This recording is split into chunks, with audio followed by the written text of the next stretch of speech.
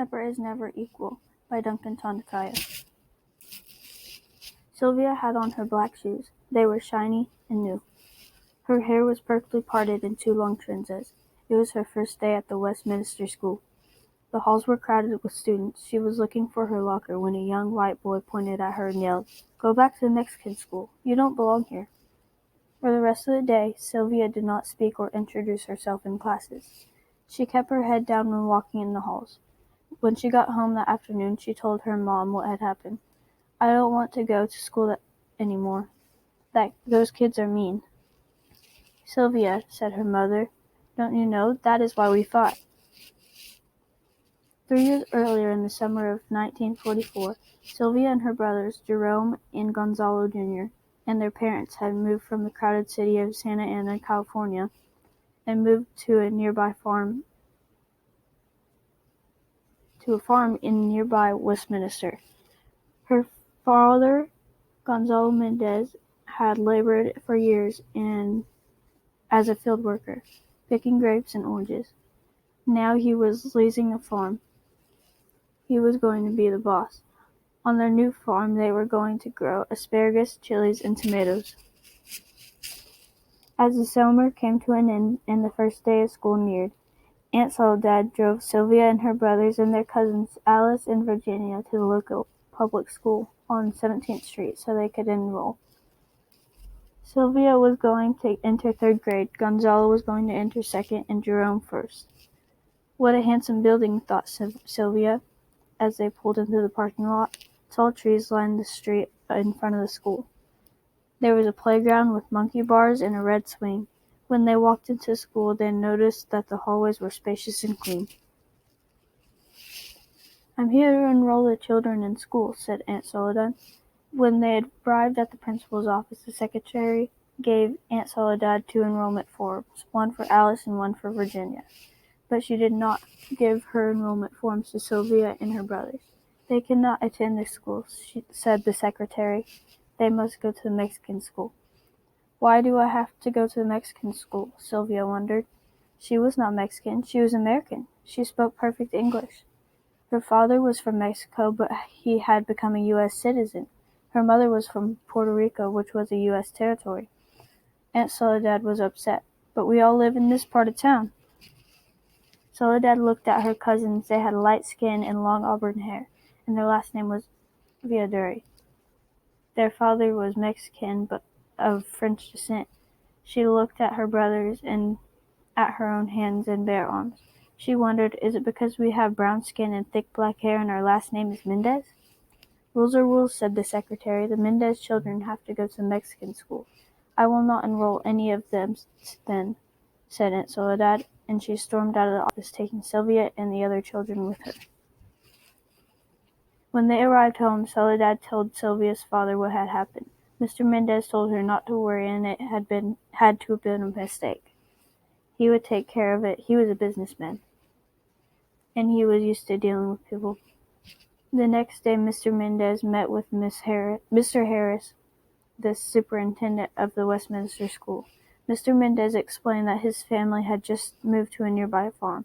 The public school on 17th Street is the closest school to our house, and my children should attend it. "Your children have to go to the Mexican school," said Mr. Harris. "But why?" asked Mr. Mendez. He was not given an answer other than that is how it is done. In the following days, Mr. Mendez met with Mr. Atkinson, the country superintendent, Mr. Harris's supervisor, and then with the school board, which oversaw all the schools in Orange Country. But they all said the same thing: your children have to go to the Mexican school. "But why?" Mr. Mendez kept asking. No one would give him a satisfactory answer. That fall, Sylvia and her brothers had to attend Hoover Elementary, better known as the Mexican school, on Olive Street in the city of Westminster. The building was a clapboard shack, and the halls were not spacious or clean. A cow pasture surrounded the school. The students had to eat their lunch outside, and the flies would land on their food. There was an electric wire that surrounded the pasture to keep the cows in. If you touched it, you would receive a shock. The school did not have a playground, not even a swing. I wondered why they couldn't go to the other school, because they're just people too, and I think it was wrong. The Mendez family did not give up. Time and time again, Sylvia heard her father talk with coworkers, friends, and other parents. "It's not fair that our kids have to go to an inferior school," he said. "It's not only the building that's a problem. The teachers at the school don't care about our children's education, expect them to drop out by the 8th grade. How will our children succeed and become doctors, lawyers, or teachers?" Mr. Mendez created a group called the Parents Association of Mexican American Children. He tried to collect signatures for a petition to integrate schools so that all children, regardless of their skin color or background, could have the same opportunities. But every time he asked someone to sign the petition, he would get the same answer: "We don't want any problems." Many parents worked on the farms owned by white families and feared they would lose their jobs if they supported the petition. One day, a truck driver overheard Mr. Mendez trying to convince a worker to sign his petition. "You know," said the truck driver, "you could file a lawsuit." The truck driver told Mr. Mendez about a lawyer named David Marcus who had filed a lawsuit on behalf of people in San Bernardino and helped them integrate the public schools there. At that time, not only were schools segregated, but also public places as well, such as pools, parks, and movie theaters. Some businesses even had signs that read "No dogs or Mexicans allowed." Mr. Mendez decided right then and there to hire Mr. Marcus, even if it meant having to spend all of his savings to do so. Over the next few months, Mr. Mendez and Mr. Marcus traveled all over Orange Country looking for people who had experienced similar problems. Sylvia watched her father leave in the early morning. Sometimes she saw him come home in the evening, but often she only heard his footsteps when he got in late at night. While he was away, Sylvia's mother had to take care of the farm. Mr. Mendez would get Sylvia and her brothers ready for school, and then she would go out to the fields. She started the irrigation system, drove the tractor, oversaw the workers, and solved the problem that arose. With the help of Mr. Marcus and Mr. Mendez, and talked with other families who were dealing with segregation. One of them was the Estrada family. Mr. Estrada had fought in World War II. He had risked his life next to Americans, all the races and backgrounds, but when he returned to America from the war, he found out that his children were not allowed to attend the school with white children. "It's an injustice," Mr. Mendez said. The Estrada family joined the Mendez case, so did 3 more families. The families went from different school districts in Orange Country, Westminster, where Sylvia lived, Garden Grove, El Mondino, and Santa Ana. Mr. Marcus wanted to show the segregation of students affected not only Sylvia's brothers, but more than 5,000 children in the public school system all over Orange County. On March 2, 1945, Mr. Marcus went to the courthouse and filed a lawsuit. The trial was held at a courthouse in Los Angeles. Sylvia and her family, dressed in their best clothes, sat in the courtroom and listened to the hearing. The last 5 days, each day, Mr. Marcus called to the stand parents from different districts in Orange County, and the superintendents from each district too. On the first day, Mr. Kent, the superintendent of Garden Grove District, was questioned. He said that he sent the children to the Mexican school to help them improve their English. "That is a lie," thought Sylvia. Her English was good as any English. Her English was as good as the English of any of the children at the Westminster school. Do you give the children any tests?" asked Mr. Marcus. Mr. Clint claimed he did. "We do so by talking to them." "That is another lie," Sylvia wanted to yell. No one had questioned her. They rejected her from the Westminster school without asking her a thing. "For what other reasons do you send children to Mexican school?" asked Mr. Marcus. Sylvia and her family braced themselves to hear what Mr. Kent would say next. For the social behavior, they need to learn cleanness of mind, manner, and dress. They are not learning that at home. They have problems with lice, impetigo, and tuberculosis. They have generally dirty hands, face, neck, and ears. The Mendez family and others in the room stared at Mr. Clinton in disbelief. What he was trying to say was not true. It was degrading. How many of the 292 children at the Mexican school are inferior to whites in personal hygiene? Asked Mr. Marcus. At least 5%, and in the scholastic ability, 75%. In what other respects are they inferior? In their economic outlook, in their clothing, their ability to take part in the activities of the school.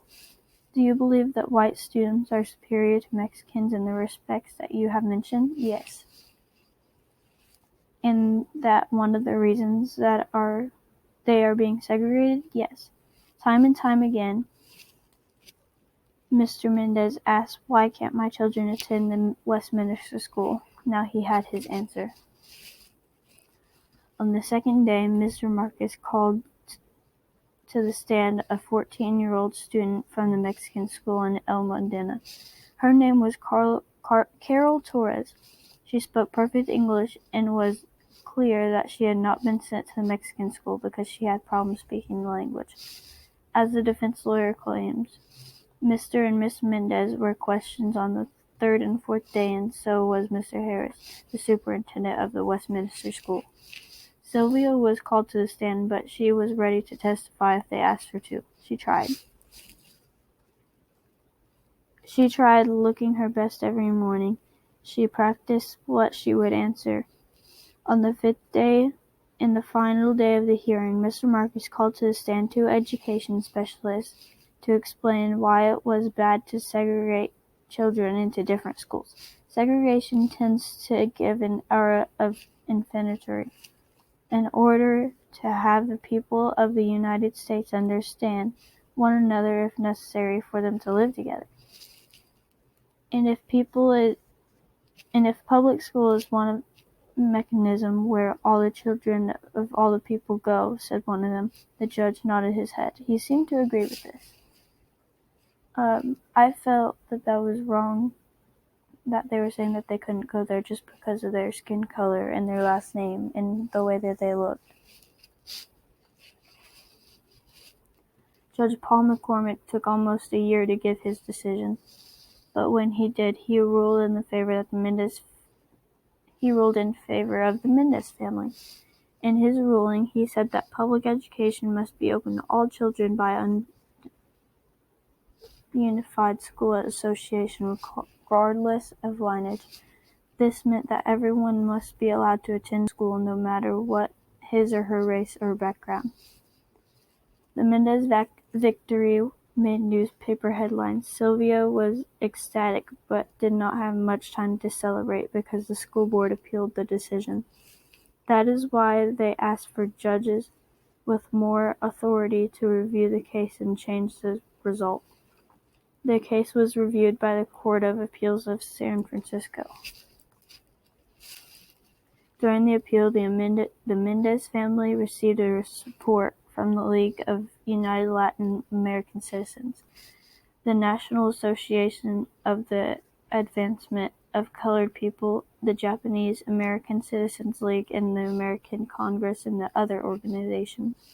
This group sent letters with information relevant to the case and asked the judge to rule in favor over the Mendez family. Sylvia was amazed that people of different backgrounds from different parts of the country who had never met her family were getting involved in the case and trying to help them. But her mother said, "When you fight for your justice, others will follow." On April 5, 1947, the judges in the Court of Appeals in San Francisco ruled in favor of the Mendez family again. That June, Governor Earl Warren signed the law that all children in California were allowed to go to school together, regardless of race, ethnicity, or language. "So remember," said Sylvia's mother, "we fought to make sure you could attend a good school, and have equal opportunities. Sylvia thought long and hard about what her mama said. The next day, she returned to the Westminster school. This time she did not listen to any whispers. She ignored the children who pointed at her and called her names. Instead, she held her head high. Her parents had fought not only for her and her brothers, but for all their classmates.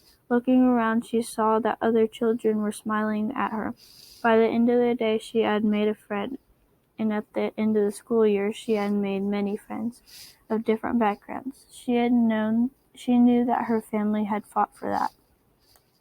And my reaction was that I was really glad that everything worked out, because I don't think that it should ever have to be the way that it was.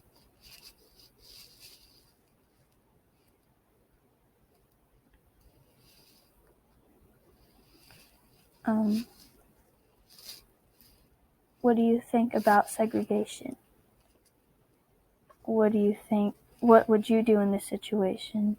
And what do you rate this book?